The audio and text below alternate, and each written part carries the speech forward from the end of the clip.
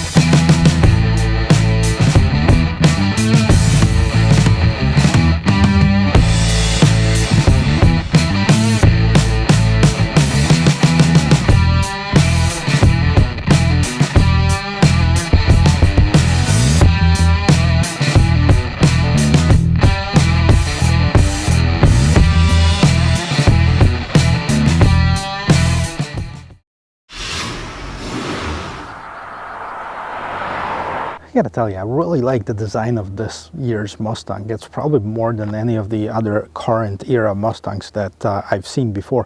And this, you gotta keep in mind, this is one of the base model. This is just a Mustang Premium. It's one of the bottom of the line. It's got the base engine in it, so it's nothing, you know, crazy. It's not a very expensive car, and we're going to talk about it in just a little bit. But take a look at the design of it. First of all, this long hood, nicely sculpted. Now it does have those two pieces right here. They looked like the air heat exhausters, but they're not. These are just the design elements, but they're so nicely incorporated they almost look real. It's got this nice grille with the Mustang logo in here. That another grille at the bottom. The front lip spoiler, that's kind of the matte black, but look what's going on in here. Nice lights.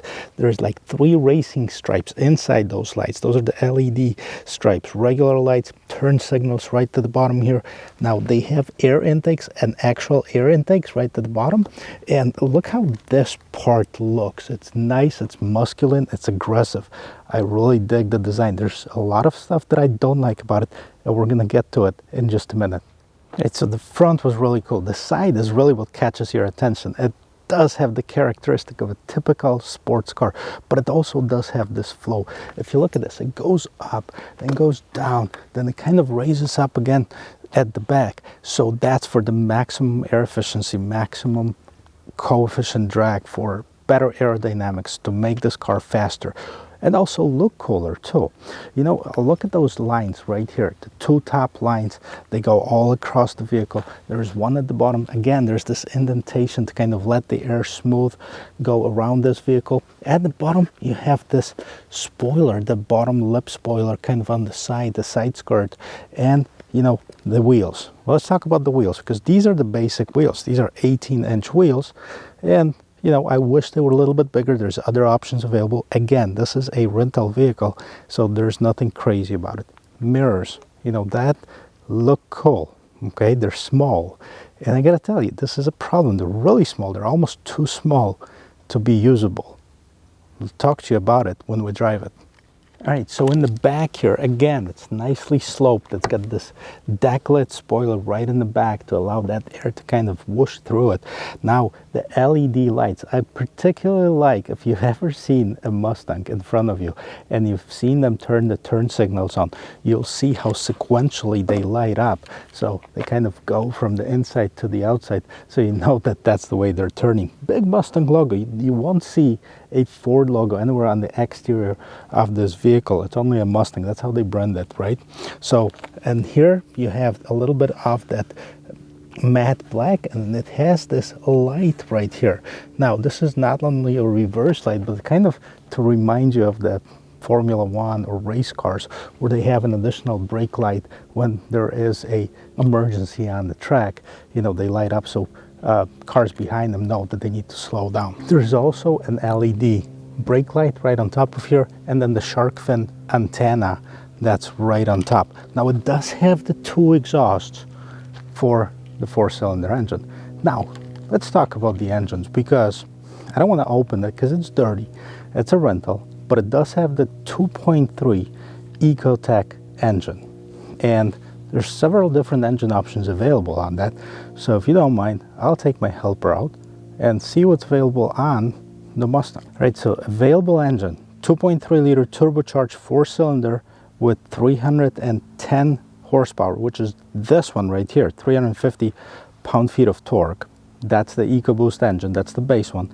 There's also available turbocharged 4-cylinder, also 2.3, 330 horsepower. That's the EcoBoost with the high performance package. There's a 5-liter V8 with 460 horsepower, 5-liter V8 with 480 horsepower, and 5.2-liter V8 with 760 horsepower on the GT500. So, I mean, you can go from just a regular daily cruiser to an absolute racing beast with that car. Depends on what you like and what your budget allows. Now, let's see how much room is there in the trunk car. And I gotta tell you, the trunk itself, if you can fit stuff through that small opening right here, it's pretty decent size. I mean, that's definitely something that you can use. Definitely golf clubs. You have the spare tire. Now, this is the temporary spare tire right underneath here. And that's it. 50-50 split on the seats. If you want to fold them down, get more room, you can do that. Get something longer inside of this vehicle. Well, hey guys, so let's check out if there is enough room in the back seat. Now, in front, this is how I normally would drive. So my seat is adjusted to the regular driving position as I would normally do. And I'm going to see if I can get back in the back seat and actually sit in here. Is it really a 4-seater or is it a 2-seater? We're about to find out. So first, the bottom of this seat is controlled electronically. So it has the electric adjustments for the seat at the bottom, has the electric adjustment for your lumbar support, but the recliner, the backrest, is manual, right? So you have to open it manually. And they left it manual for both the driver and passenger seat. Let's see if it's any good. Because what happens is, on a lot of the luxury cars, once you move that, once you move that back seat, the front also goes forward, and then once you get in, it actually goes back. Now, this one doesn't do it, so it only leaves you a little bit of room. And I don't know if I'm going to be able to get in here.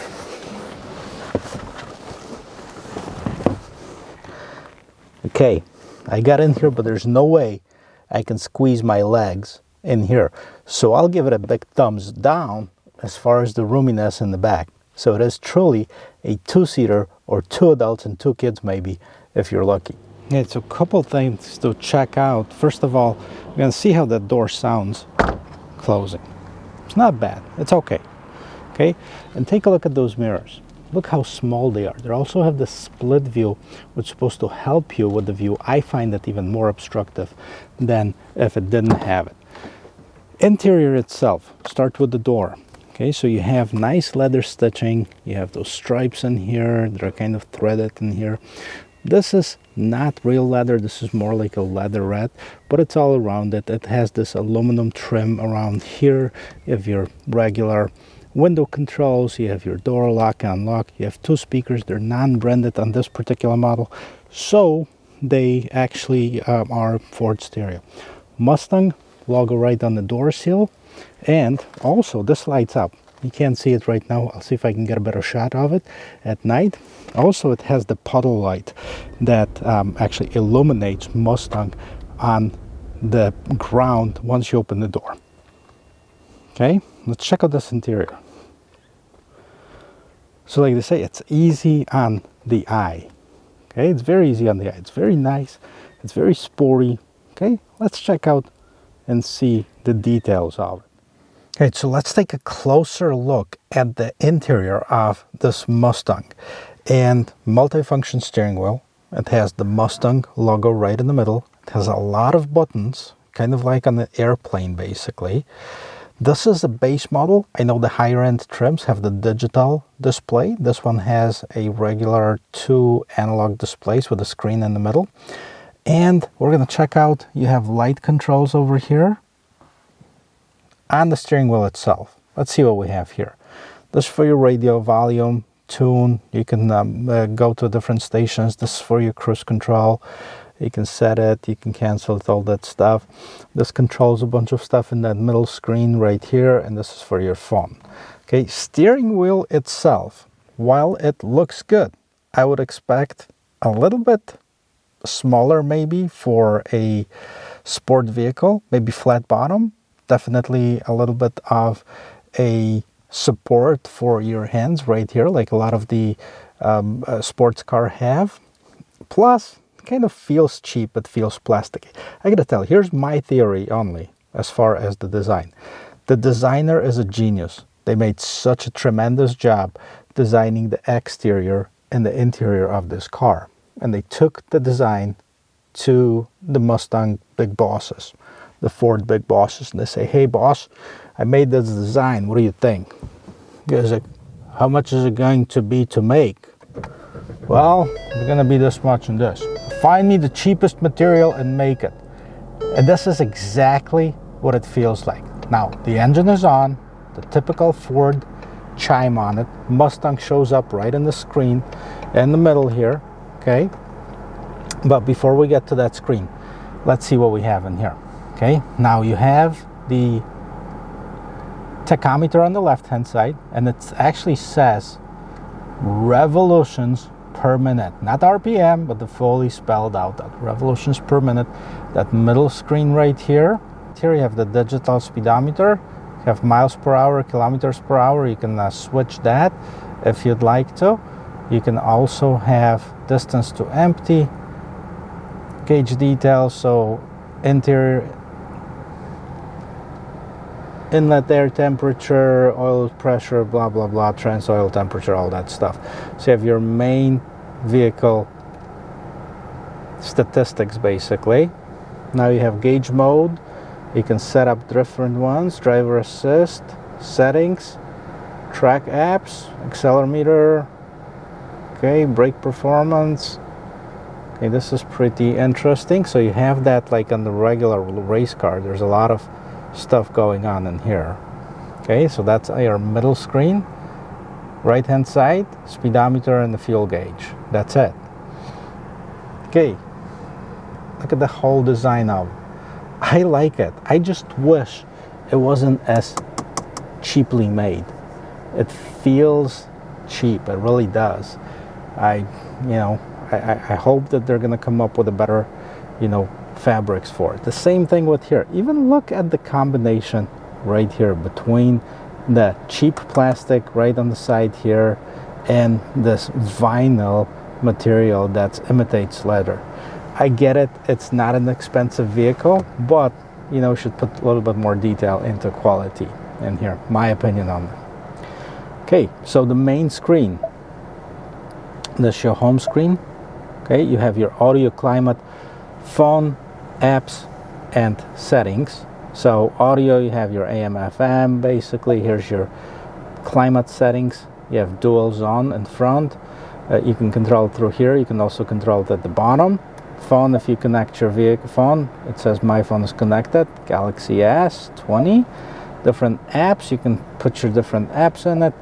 And settings, so you can have different settings as far as this vehicle right here. Ford Pass Connect, vehicle settings. Let's see. Camera settings,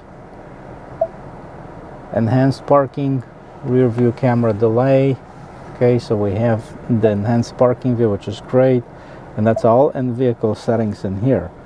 Now we have valet mode, voice control, Apple CarPlay, Android Auto. By the way, it works really good. I checked it out. So sometimes though, and I'm not sure if it's my phone, it could be, it disconnected my navigation. It just kicked me out completely off the screen, but it could have been my phone. Okay, right underneath here, you have your controls for the radio, which displays everything in here. So if you want to adjust your sound settings, that's the button for it. Everything else is self-explanatory. Your volume knob and your tune knobs are right here. Again, this is cheap plastic. I'm sorry to say that, but it is. Radio is okay. It's not great, it's okay.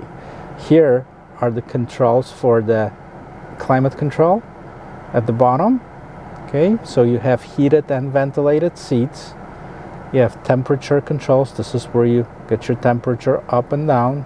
You can see it goes up and down, and then everything is basically self-explanatory. You have your fan controls, rear window defroster, front windshield defogger, max AC, auto, stuff like this. This is your magic button. This is where you start your engine. So gentlemen, we started the engine. And these switches right here, here's what they are. This is the hazard lights. You flip them on, hazards go on. You can turn off your traction control, the second one. Okay.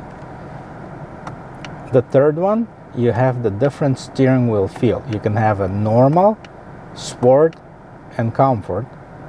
And the fourth one, and the most important one, and probably the most difficult to reach, is your drive modes. And you have several driving modes. So you have, you know, if we flip it up, you have normal, sport plus, track, drag strip, and snow and wet. Okay, here's your gear shifter. Kind of very simple, but you know, it's cool. It's like the bullet gear shifter, right? For the manual transmission, you have your regular parking brake, and here's your cup holders. So this is it. This is the interior of it. I gotta tell you, the placement of these is very uncomfortable. It's not where they're supposed to be. You could put them somewhere here where you can flip your modes. Okay, this is where the buttons should be, my opinion only. Interior, while great design, feels very cheaply made. I'm sorry to inform that, because I was really excited to get in this car. Well, let's see how it drives. I guess let's see how this vehicle drives. Now, I've driven it before, but I want you to experience that with me.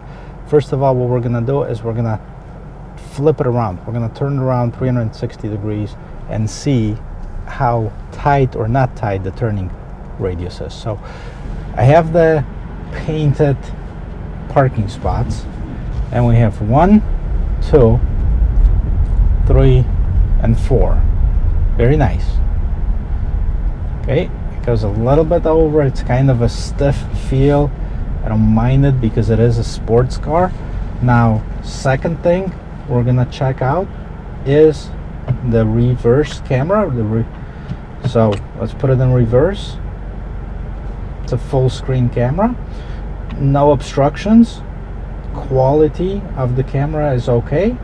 Now this one doesn't have this rear traffic assist, so it doesn't have this rear traffic alert, but it does have the guidelines. Do they move with the steering wheel? Yes, they do. And let's see why this is here, why this little guy is here. So let's keep on backing up and see if anything's going to be happening. Okay, so see, now it shows that you're getting closer to the obstacle, so that's actually pretty nice. All right, let's take it on the road. One of the things, I've driven this car before, and one of the things I noticed, it's surprisingly quick for a 4-cylinder. And whatever they did to make the engine sound like it does, whether it's speaker assisted or, you know, it's the natural sound of this engine, it's actually pretty darn good. It's loud. It feels like, I don't think it feels like an 8-cylinder. It doesn't have that gargle, but it definitely feels like at least a 6-cylinder engine. Certainly something that's a lot bigger than the 2.3 liter 4-cylinder. The ride itself, it's a pretty stiff ride, and the seats is one of those things where they're nicely leather wrapped. Like in this case, it's a leather seats, right? So you'd think you'd have some comfort in them, but it seems like I can't find my place in those seats. They're not sporty. I mean, this is not sporty seats. They have some bolsters on the sides, but they're not really holding you in place. And there's patches of them that I feel like they're put too much of the filler in the seat, and then there's patches of them that I feel like they didn't put enough. So I'm not too crazy about those seats. The ride and the noise level inside of this car. So I found that there's a lot of wind noise while driving this car. Let's see how it accelerates, and let's see if we have, you know, enough room to get it going. Probably not a good idea with the police officer in front, but what I want to do is actually stop here and see what acceleration we're going to be able to get out of this car.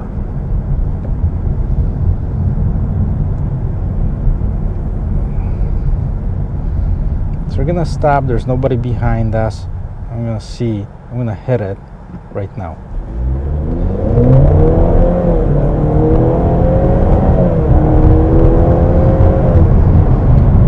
So again, it's very impressive. It hesitates for just a split second at the very beginning just to slingshot that car, and not sure what the 0 to 60 is. I'll find out and I'll post it right at the bottom here somewhere, but it's nice. As far as the acceleration, definitely no issues, but a lot of noise coming from the exterior. So here's the good about this car. Good number one, design, awesome. I really dig the exterior design, the interior design, the engine on it. I think it's got substantial power for what it is. I think that, you know, even with the 20 more horsepower, the high performance options on the 2.3, it would be even better. And not to mention any of those 3 V8s that you have available. Those would be beasts, no question about it. Comfort inside the car, that would be probably 3 out of 10. So it's pretty low in my book. Handling of this vehicle. When you take a corner at the higher speed, the car itself feels okay. It doesn't feel like it's going to jump out and, you know, not make the corner. However, you, on the other hand, may, because, like I said, the seats are not holding you enough. So something is out here. As far as another good part is there's enough features, you know, cooled seats, heated seats, you know, all that stuff. This is all great. Now the bad stuff, okay? And it's one really bad thing that kind of goes across everything else. Bad stuff is materials, quality of materials used. I'll give it 1 out of 10. 1 for effort, really do. There's nothing special about this. Overall, I'm not going to give this vehicle a huge thumbs up. It's a cool vehicle to drive. It would be even cooler if it was a convertible and we had a great weather, but it's just a car. I'd like to get one of the higher end trims and see if the quality changes, and I hope it does, because from the exterior it's an awesome looking vehicle, and if the interior and if the quality matched it, this could be the best vehicle on the road. My opinion, if Ford decided to put all of the quality materials inside of this vehicle and raise the base price of it by, you know, $2, $3, $4, $5, maybe even $10,000, you'd get a lot more customers than you're getting right now. Maybe have a quality model and the base model. I don't know. Just an idea. Guys, if you like listening to my thoughts about different vehicles, check out the rest of my channel. I post videos every Wednesday and Sunday. Thank you for watching. I appreciate if you hit that subscribe button. I appreciate if you hit that like button or share it with your friends, family, and I will see you in my next video. Cheers.